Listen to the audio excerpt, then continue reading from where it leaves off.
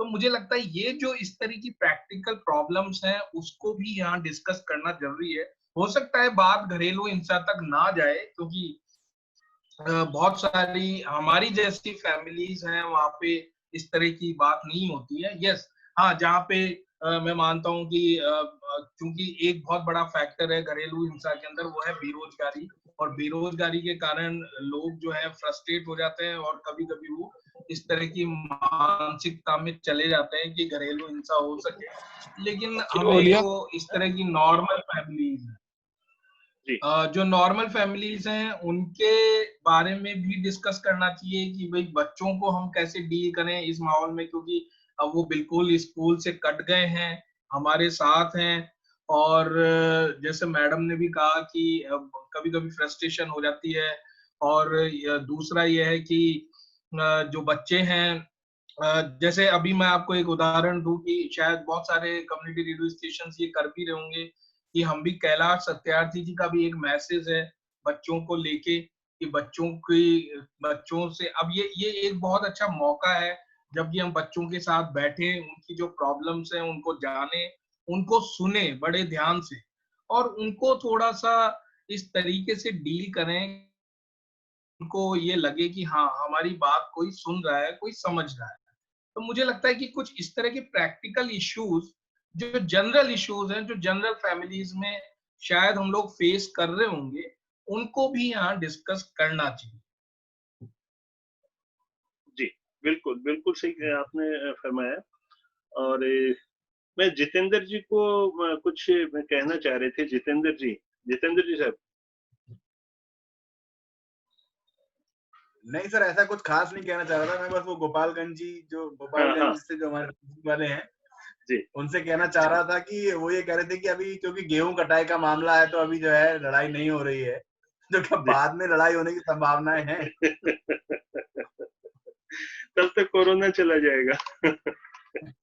तब तक कोरोना चला जाएगा। बिल्कुल, बिल्कुल।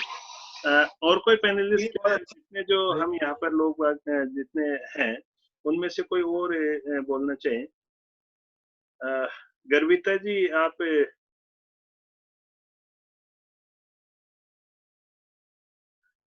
रेडियो जागृति झारखंड से हैं? रेडियो जागृति गर्विता मेरी बेटी का नाम है, सीमा अच्छा नाम अच्छा अच्छा, ये नाम गर्विता के यहाँ उससे आया होता तो हमने सोचा कि कोई जूम और। App download. जी जी जी जी जी। रेडियो जागृति। रेडियो जागृति। सभी को मेरा नमस्कार। जी, सभी को मेरा नमस्कार। और आज का जो विषय, जी, आज बहुत अच्छा सभी लोग विचार दे रहे हैं। और सर, झारखंड में हमारे यहाँ जैसे है, तो अभी क्या है कि लॉकडाउन की स्थिति में घरेलू हिंसा यदि कहा जाए तो चाहे जिस ढंग से हो, लेकिन अभी चाहे बीमारी के भय से हो लोगों में या किसी तरह से हो, लेकिन कुछ हद तक अभी कम है। लेकिन कहीं ना कहीं बाद में बहुत ज्यादा ये सुनने देखने को मिलता है, तो जिस पर हम लोगों को एकजुट होकर के काम करें और अच्छे इसका कोई गाइडलाइन वगैरह इस तरह से मिलते रहे, तो हम समझते हैं कि इसको और अच्छा तरीके से हम लोग काम सकेंगे। एक बार हम लोग रेडियो पर टॉपिक रखे थे, कृपा शंकर जी सुन रहे हैं, उन्हीं के रेडियो से सुन करके हम लोग भी अपने यहाँ टॉपिक रखे थे कि क्या घर में बुजुर्गों की सेवा देखभाल आप। जी, डिस्कनेक्ट हो गए झारखंड से, कोई शायद नेटवर्क प्रॉब्लम हुई है। मैं जी, आर्य साहब। हाँ सर, मैं दो बातें कहना चाह रहा था। जी जी। एक तो ये बार बार दावा किया जा रहा है कि अपराध घटे। जी, ठीक है, मैं इस दावे से थोड़ी सी असहमति रखता हूँ। सड़क खाली हो गई, दुर्घटनाएं कम हो गई, उसके अपराध कम हो सकते हैं। चोरियां कम हो गई क्योंकि लोग लॉकडाउन की वजह से घरों में हैं। जी। लेकिन जो आर्थिक अपराध हैं और घरेलू अपराध हैं, उनमें वो पहले की तरह समानांतर हैं, उनमें कोई कमी नहीं हुई है। प्रश्न ये है कि जो हमारे पुलिस स्टेशन या एजेंसीज के ऊपर जो दबाव है, उसकी वजह से उन पर प्रसंज्ञान नहीं लिया जा रहा, इवन प्रथम सूचना रिपोर्ट दर्ज नहीं हो रही है, और उनमें जो है प्राथमिकता नहीं है। जैसा सहरण साहब ने कहा कि इन मामलों की गंभीरता को समझते हुए भी प्रसंज्ञान लेना चाहिए और तीव्र गति से कार्रवाई करनी चाहिए। यहां तक कि इस विषय से थोड़ा सा उदाहरण के स्वरूप हटके भी बताऊंगा कि जहां तक खाद्य अपमिश्रण की बात है, बाजार में लॉकडाउन की परिस्थिति में एक किराने की दुकान पर एक मॉल के अंदर आउटडेटेड सामान, अपमिश्रित सामान बेचा जा रहा है, लेकिन वो प्रशासन के लिए प्राथमिकता नहीं रही, उसलिए उस पर अनदेखी हो रही है, जो बड़े गंभीर मुद्दे हैं।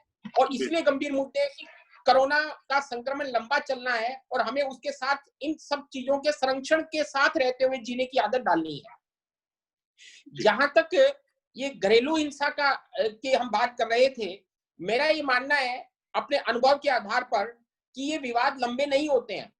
इन विवादों का समझाइश से समाधान हो सकता है और उसके लिए मार्ग भी प्रशस्त हो जाता है। तो इसलिए सभी पक्षों को इसमें अभी कोई त्वरित नहीं है, जहां तक कोई सीमाएं नहीं लांघ गई तब तक धैर्य भी बनाए रखने की आवश्यकता है। दूसरा, मैं विज्ञान का पक्षधर हूं, संचार क्रांति का पक्षधर हूं, लेकिन एक बात अपने वकालत के 25 साल के अनुभव के आधार पर कहूंगा कि जो ये मामले बढ़ रहे हैं, इसमें कहीं न कहीं संचार माध्यमों में फेसबुक और व्हाट्सएप का भी योगदान है। बहुत सी बातें, बहुत सी आदतें जो बाहर रहते हुए पति पत्नी को, जहां बहुत छोटे परिवार एक दूसरे की पता नहीं कि वो अंदर लग रही है, उस पर के कारण भी विवाद उत्पन्न हो रहे हैं। दूसरा, समय न देने और साथ में रहते हुए व्हाट्सएप या फेसबुक पर लगे रहने की वजह से भी विवाद है। तो इन बातों को मानसिक मनोविज्ञान और पारिवारिक मनोविज्ञान के आधार पर समझने की आवश्यकता है। यह इस त्रासदी के कारण एक अवसर भी मिला है कि परिवार के लोग साथ हैं, जहां साथ हैं, चाहे वो इस दबाव के कारण साथ हो, चाहे भविष्य की दबाव की वजह से चिंतित हो, लेकिन उनको जो अवसर मिला है उस अवसर में एक दूसरे को समझने की आवश्यकता है और बहुत धैर्य से काम लिया जाएगा तो आपको इस लॉकडाउन खत्म होने के बाद कोई इतने विवाद नजर नहीं आएंगे। डेफिनेटली, बिल्कुल सही कहा आर्य साहब आपने। आर्य साहब राजस्थान में अपना नया रेडियो स्टेशन चेतना रेडियो भी शुरू कर रहे हैं और उसके सारी फॉर्मेलिटी सब शुरू हो चुकी हैं। आर्य साहब, उद्घाटन पर सबको याद करिएगा। और आज आप आए, आप एडवोकेट के हिसाब से भी आए और कम्युनिटी रेडियो के हिसाब से भी यहाँ पर हैं। मैं हमारे जो रेडियो जागृति झारखंड वाले जो भाई अभी बोल रहे थे, मैं वापस उनको अप्रोच कर रहा हूँ कि आप अपनी बात को बीच में रह गई थी, प्लीज उसको पूरा करें। अगर आप जुड़े हैं तो मुझे लग रहा है कि आप शायद वापस डिस्कनेक्ट हो गए। कुसुम लता जी, आप कुछ बात कह रहे थे उस समय जो बीच में रह गई थी।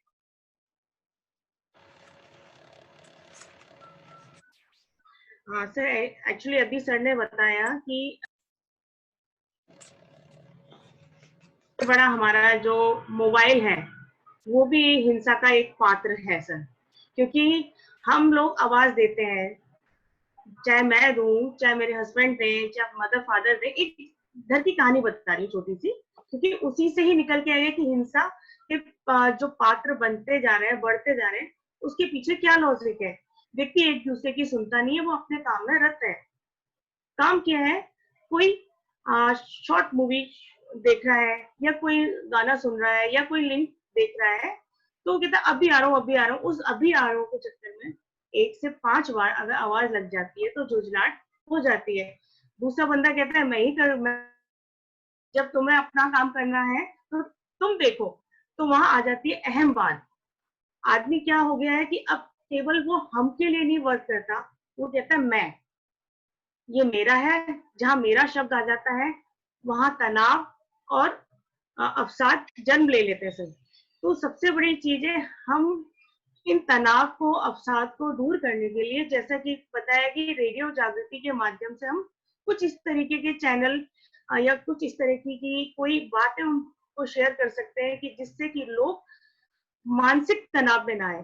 सबसे बड़ा घरेलू हिंसा का जो मेन कारण निकल के आ रहा है आप सब लोगों को सुनने के बाद भी, वो है मानसिक तनाव। मानसिक तनाव किसी भी चीज का हो सकता है। घर पर रह के वर्क फ्रॉम होम जो करते हैं लोग, वो भी एक उनके भाई 9 बजे से चालू हो जाता है उनका वर्क और रात के 11 बजे तक चलता है, जो वर्क फ्रॉम होम कर रहे हैं। साथ ही महिला का भी काम बढ़ गया है, बच्चों के ऊपर भी माता पिता की 24 घंटे की निगरानी हो गई है, तो बच्चे अपने स्वच्छंद रूप से जो काम करते थे वो वो नहीं कर पा रहे हैं, क्योंकि वो देख रहे हैं कि हाँ कहीं हमारे को हमारे पेरेंट्स नोट कर रहे हैं।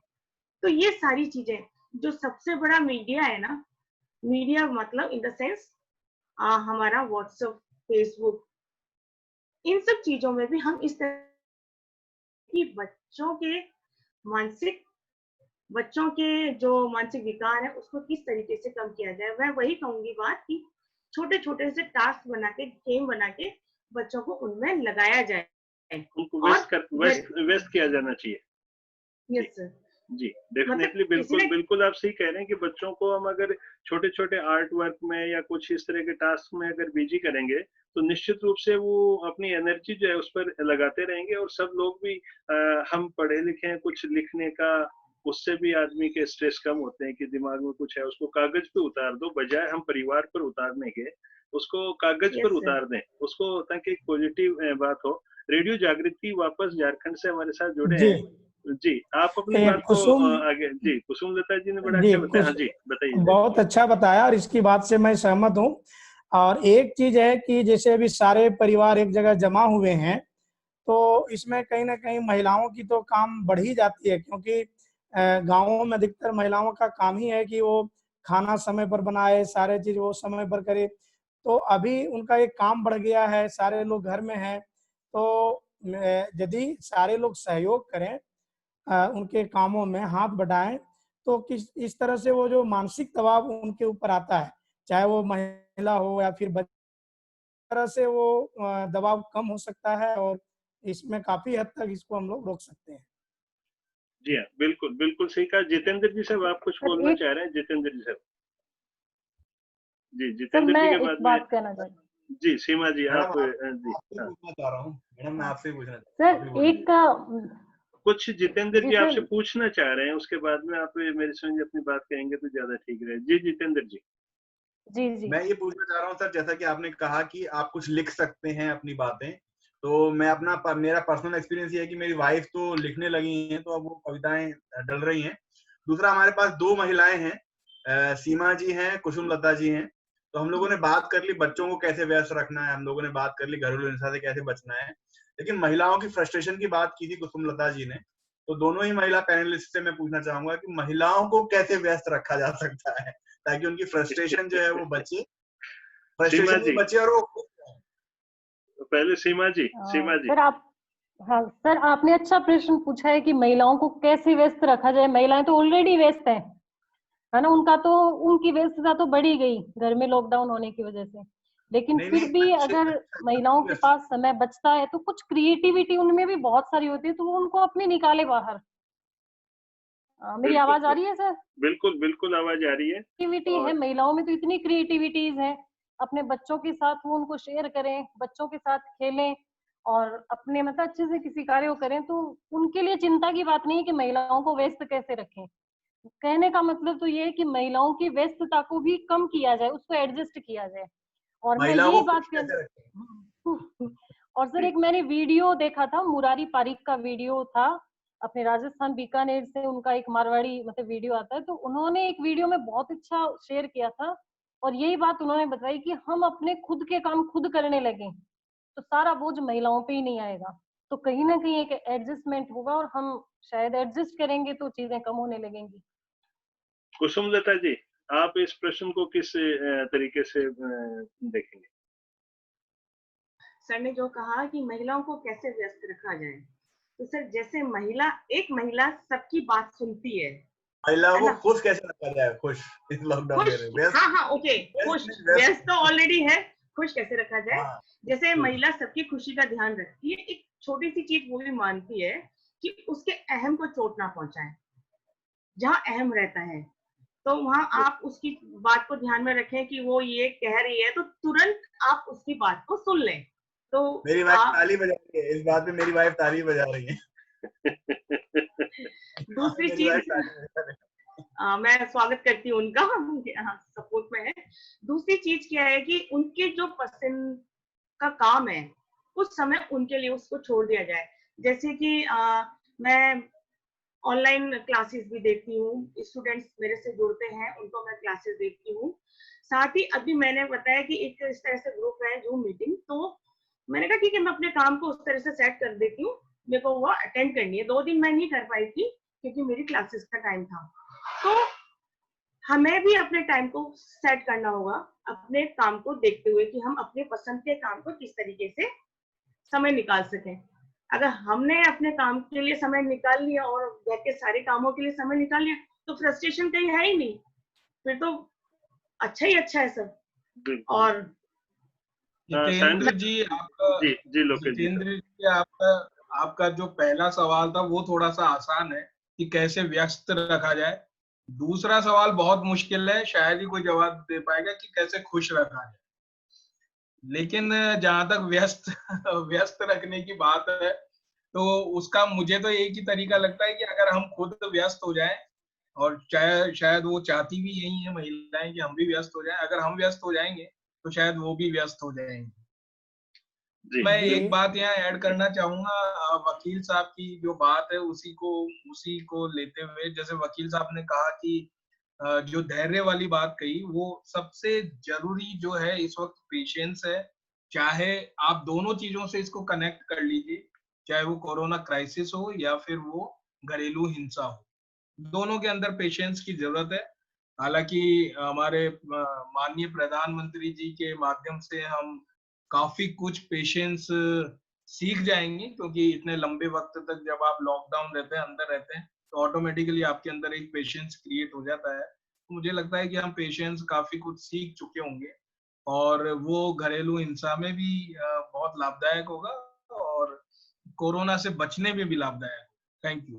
डेफिनेटली। डीसी सारण साहब, सारण साहब, आप का सामाजिक जो दायरा है, आप इस बात को किस तरीके से देखेंगे? सारण साहब, लॉकडाउन के दौरान जो अनुभव है वो बहुत सुखद है और देश के आधे परिवार जो हैं उनके तो बच्चे जो हैं वो गांव में आए हुए हैं और अपने नानी नाना के पास है और बहुत अच्छी खबरें आ रही है। मित्रों से जब भी बात करते हैं, जब भी सुनते हैं, तो बहुत, चाहे वो लॉकडाउन के बहस से हो, चाहे राज्य सरकारों के दिशा निर्देश आदेशों के चलते हो, लेकिन घरों में बहुत अच्छी स्थितियां हैं। और जो बिहार से जो सज्जन कह रहे थे कि आजकल ग्रामीण जीवन जो है वो तो फसल कटाई में लगा हुआ है, ये भी बहुत बड़ा सच है कि इन दिनों रबी की कटाई के चलते लड़ाई झगड़े और वो सब जो है वो बल्कि रोग दोख भी भूल जाते हैं लोग। हॉस्पिटल वाले कहते हैं कि इन दिनों हमारे पास सबसे कम मरीज आते हैं, कारण ये है कि इस रोग का इलाज बाद में करवा लेंगे, पहले जो है वो फसल काटेंगे। ठीक इसी तरह से इस अवधि में अच्छे समाचार आ रहे हैं। मेरा तो आज के इस विषय पर और इस संवाद के बारे में इतना ही कहना है कि भले ही लॉकडाउन के दौरान बहुत अच्छे अनुभव है और बहुत अच्छे से पेशेंस से सब लोग रह रहे हैं, लेकिन और अच्छी बात है किसी गोपालगंज या किसी इलाके में ऐसी खबरें नहीं आ रही हो, असहज परिवारों की असहज होने की कोई खबरें नहीं आ रही हो, लेकिन इसके बावजूद ऐसा भी नहीं हो कि इस देश में इतना ये मीडिया के जरिए और इतना सारे हम लोग मोहल्ले मोहल्ले घर घर चेक कर रहे हैं, तो ऐसे में कोई ऐसा वास्तव में दुख ही जो है वो छूट जाए। इसलिए मेरा शुरुआत में भी यही कहना था, जब सामुदायिक रेडियो स्टेशन के जरिए हम एक ऐसा मैसेज जो है देने में कामयाब हो जाए कि अच्छी बात है कोई असहज ना हो, लेकिन अगर हो तो उसका संज्ञान लेंगे, निश्चित रूप से लेंगे, ये मेरा पक्का विश्वास है। जी बिल्कुल बिल्कुल। आर्य साहब, आप अपनी जो बहुत ही सारगर्भित और आपने कानूनी पक्ष रखी, आप सामाजिक मुद्दों से भी बहुत जुड़े रहते हैं। आप एक बहुत लंबे टाइम से उपभोक्ता संरक्षण समिति के आप अध्यक्ष हैं और आप बहुत सारे अवेयरनेस को स्टेट लेवल पे बहुत सारी जगह आपकी कंसल्टेंसी रहती है। अगले टॉपिक पे भी हम आपको अभी से प्रतिबद्ध कर रहे हैं, बांध रहे हैं कि जो मनमाने भाव, जो अगला जो बिंदु हम रखेंगे, अगला जो विषय रखेंगे कि जो मनमाने भाव लिए जा रहे हैं और जो इस तरह की जो बाजार में एक अलग तरह की प्रैक्टिसेज हो रखी हैं, 25 तारीख को हमारा उस पर सेशन रहेगा। आज के सेशन के लिए आप अपनी कंक्लूडिंग जो बात कहना चाह रहे हैं आर्य सर? मैं इतना ही कहना चाह रहा हूं कि ये बहुत धैर्य से निकालने वाला समय है। एक पुराने जमाने में मुझे एक कहावत याद आती है कि जब कोई पत्र डालो, कहीं मैंने एक लिखा हुआ पढ़ा था कि पोस्ट बॉक्स में जब नहीं था, फोन नहीं था, जब किसी उस पोस्ट ऑफिस वाले लाल डब्बे के अंदर पत्र डालते हो तो उसको डालने से पहले, लिखने के बाद कुछ समय के लिए अपने जेब में रख कर घूम लो, ताकि जो आपने जिस आवेश में, जिस भाव में जो लिखा उस पर मनन हो जाए, और जब वह डाक दूसरे व्यक्ति तक पहुंचे तो उसको सरलता और सहजता से लिया जाए। ठीक वैसी स्थिति आज है। आज मैं यही कहूंगा कि यदि कोई विवाद उत्पन्न हुआ है तो उसे बहुत सहजता से, मनन के साथ अपने मन में समा लेने की आवश्यकता है। उस पर तत्काल रिएक्ट करने की आवश्यकता नहीं है। उसे तत्काल अपने परिवार के अन्य सदस्यों से फोन पर या व्हाट्सएप पर साझा करने की आवश्यकता नहीं है, क्योंकि मैंने बहुत से पारिवारिक मामलों में यही वस्तु देखी है। विवाद आपस में पति पत्नी के बीच में नहीं होता, परिवार के सदस्यों के बीच में नहीं होता, लेकिन जो वो तुरंत संवाद बहुत तेजी से जब संचारित हो जाता है तो वहां से जो राय मिलती है उससे विवाद बढ़ जाते हैं। इसीलिए मैं कहता हूं कि शायद जब पत्र लिखने की परंपरा थी और घर में कोई विवाद होता, कोई पुरुष या स्त्री अपना एक पत्र भेजती और पत्र पहुंचता और वापिस आता, और जब तक कोई संभालने आता तब तक विवाद समाप्त हो जाता था। यह पारिवारिक विवाद कोई गहरे विवाद नहीं है, बहुत धैर्य से सलटने वाले हैं, रखने की आवश्यकता है। बिल्कुल बिल्कुल, आपने बिल्कुल सही कहा। न्यूज़ 24 के ओर से कोई कंक्लूडिंग कमेंट जमशेद जी? जमशेद जी साहब, अपने माइक को आप अनम्यूट कर, मैं कर देता हूँ। हाँ, बोलिएगा। बहुत अच्छा सेशन है और इस तरह का इवेंट होना भी चाहिए। मैंने सारन साहब की जो आज समर्थन किया है कि जो अभी जैसे लॉकडाउन चल रहा है, सब लोग एक दूसरे को जानने के लिए मौका मिल रहा है। अभी कुछ जो घटनाएं आप कह रहे हैं कि भाई सामने नहीं आ रही है, लेकिन जो ये लॉकडाउन के दौरान जो परिवार इकट्ठा रह रहा है वो बहुत अच्छा है, और लोग एक दूसरे को जानने को और महसूस करने का एक मौका मिल रहा है, और बहुत अच्छी चीज है। और दूसरा मैं ये कहना चाहूँगा कि अवेयरनेस की बहुत कमी है, लोगों में मैसेज जाना चाहिए। सारा साहब जैसे कह रहे हैं कि सरकार की तरफ से हमारे रेडियो के माध्यम से कॉलर टून हो, अवेयरनेस का इस तरह का कैंपिंग चलाए जो लोगों में मैसेज जाए, जो इस तरह का मैसेज। बिल्कुल बिल्कुल। बिहार की ओर से कृपा शंकर जी, आप अपनी कंक्लूडिंग 1 मिनट में अपनी बात जी। कृपा शंकर जी श्रीवास्तव, रेडियो रिमझिम, गोपालगंज बिहार।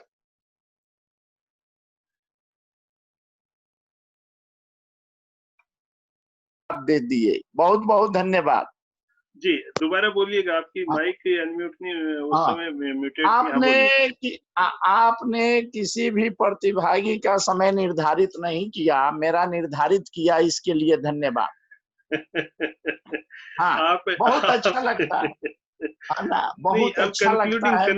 कंक्लूडिंग बात है, इसलिए सभी के लिए 1 मिनट का समय, सभी के लिए 1 मिनट का समय है। कृपा शंकर जी जी। आप सबसे पहले मैं सबको नमस्कार करता हूं, और एक ही बात मैं बताना चाहता हूं कि हर जगह की परिस्थिति, भौगोलिक वातावरण, ग्रामीण शहरी क्षेत्र अलग होते हैं, लोगों का विचार, आचार, व्यवहार सब एक होता है। गोपालगंज 98.5% लोग एग्रीकल्चर पर डिपेंड हैं। यहाँ जो है मनोवैज्ञानिक रोग या घरेलू हिंसा और पूरे देश की अपेक्षा कम है। सामुदायिक रेडियो द्वारा हमेशा कार्यक्रमों को प्रसारित करके उसका सर्वे किया जाता है कि इसका कितना प्रभाव रहा, और यह जो आपने बैठक किया है यह काफी अच्छा रहा और आगे भविष्य के लिए भी अच्छा रहेगा। बहुत बहुत धन्यवाद। 32 सेकंड में समाप्त। कृपा शंकर जी वहाँ के प्रशासन के साथ में बहुत ही एक्टिव होकर काम कर रहे हैं, और जब हमारे सम्मेलन होते हैं उस समय भी कृपा शंकर जी अगर कहीं बाहर की तरफ हो जाए तो उस समय सम्मेलन का रंग भी थोड़ा फीका लगने लग जाता है। 25 तारीख को फिर भी मिलेंगे।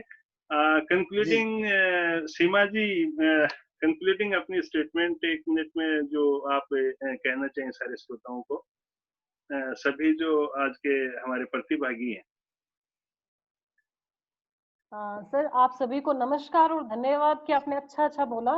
और मैं तो ये कह रही हूँ कि अगर हमें इन चीजों को रोकना है तो अच्छी बातें शेयर करें, चाहे वो लिखित में हो, चाहे वो हम किसी भी रूप में, लेकिन अच्छी बातें शेयर करेंगे तो अच्छी चीज ही निकल कर आएगी।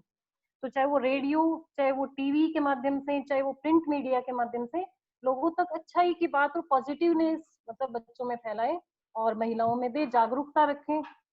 मैं यही कहना चाहूंगी। जी, जितेंद्र जी साहब, आप एक अच्छा प्रस्ताव भी सभी को दे रहे हैं। जितेंद्र जी को इनवाइट करूंगा कि वो प्रस्ताव आप ही सबके सामने रखें, कि जिससे जो आज जुड़ रहे हैं सब लोग, उनकी एक कनेक्टिविटी के लिए आपने एक प्रस्ताव भेजा है। जितेंद्र जी साहब, मैंने कहा था कि हम लोग जो वेबिनार कर रहे हैं उसके अंदर जो एक ग्रुप में है, वो लोग एक व्हाट्सएप पे ग्रुप बना सकते हैं ताकि उसमें भी हम विचार साझा कर सकते हैं।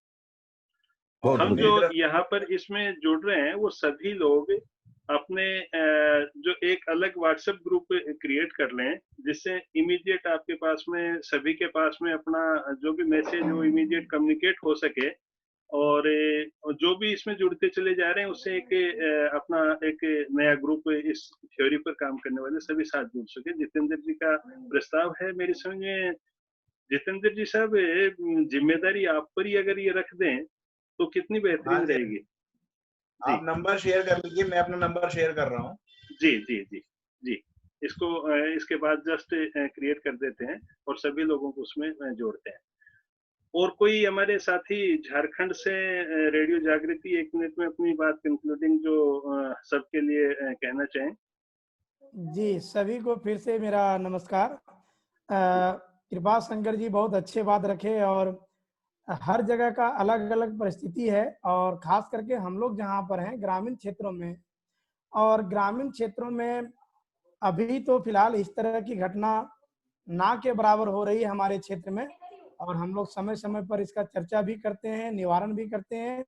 आगे यदि इस तरह की समस्या हो तो हम लोग कम्युनिटी रेडियो, सामुदायिक रेडियो किस तरह की भूमिका समाज को दे सकते हैं समाज में, इस पर हम लोग और आगे बढ़ेंगे, काम करेंगे। जी जी, बहुत ही बढ़िया। लोकेश जी साहब, कंक्लूडिंग अपनी बात 1 मिनट में जो कहना चाहिए। टाइम ने फिर वापस घंटी लगा दी है। जी लोकेश जी साहब, अपने माइक को आप अनम्यूट करिएगा। जी, मेरी आवाज आ रही है? हाँ, अभी आ रही है।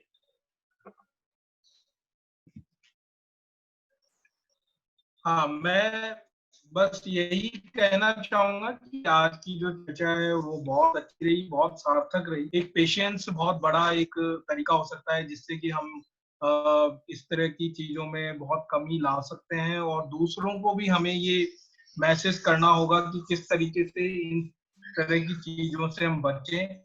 और बेशक कम्युनिटी रेडियो तो एक सशक्त माध्यम है ही, जिसके माध्यम से कुछ हम इस तरह के संदेश, कुछ इस तरह के मैसेजेस हम जो है वहां पे ब्रॉडकास्ट कर सकते हैं, जो कि घरेलू हिंसा से जो के बारे में लोगों को अवेयर करें। और जो इसके पीछे एक, जैसे अभी डिस्कशन में बहुत अच्छा निकल के आया कि खास तौर से बहुत ज्यादा मनोवैज्ञानिक और जो साइकोलॉजिकल इश्यूज हैं उनको हम कहीं ना कहीं एड्रेस करें। यही इस तरीका है, हम मटेरियलिस्टिक लाइफ से निकल के और एक सिंपल लाइफ पे आ जाएं।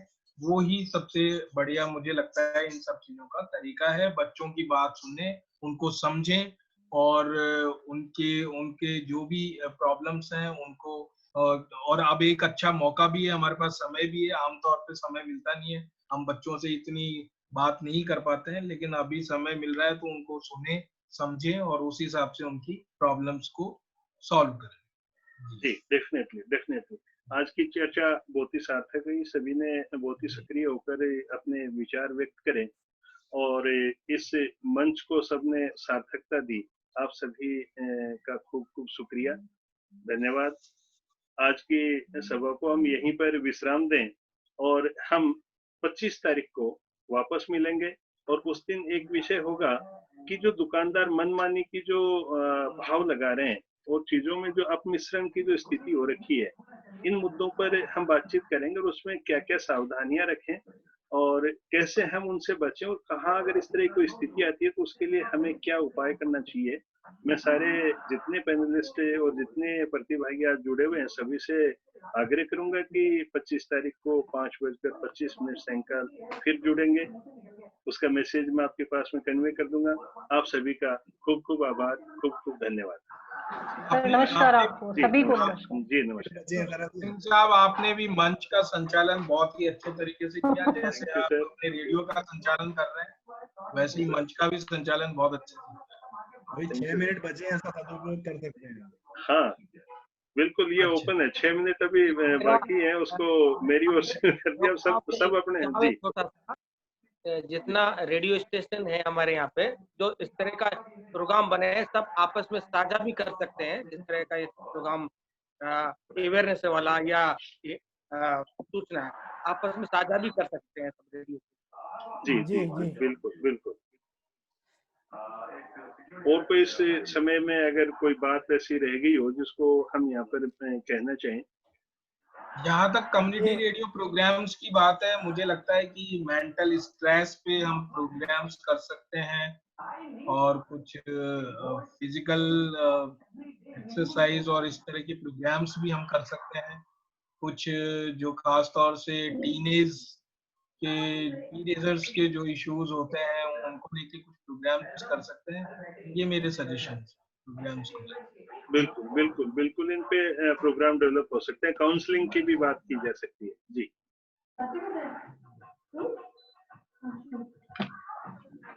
तो हम आज की इस वार्ता को यहीं विश्राम दें। सारंग साहब, आर्य साहब।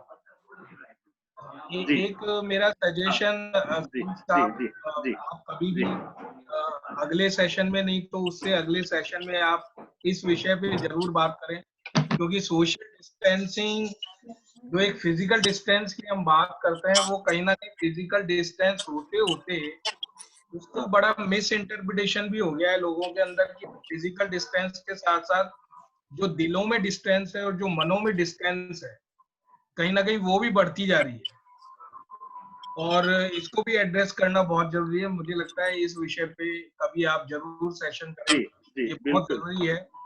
ये social distance is limited to the physical distance, it should not be the distance between the hearts. ये एक बहुत जरूरी है और इस पे बात होनी चाहिए। बिल्कुल बिल्कुल सही, बिल्कुल सही कहा जी। सभी को नमस्कार मेरा जी। सभी को खूब खूब नमस्कार। 25 तारीख को हम फिर मिलेंगे जी। जय हिंद, जय भारत।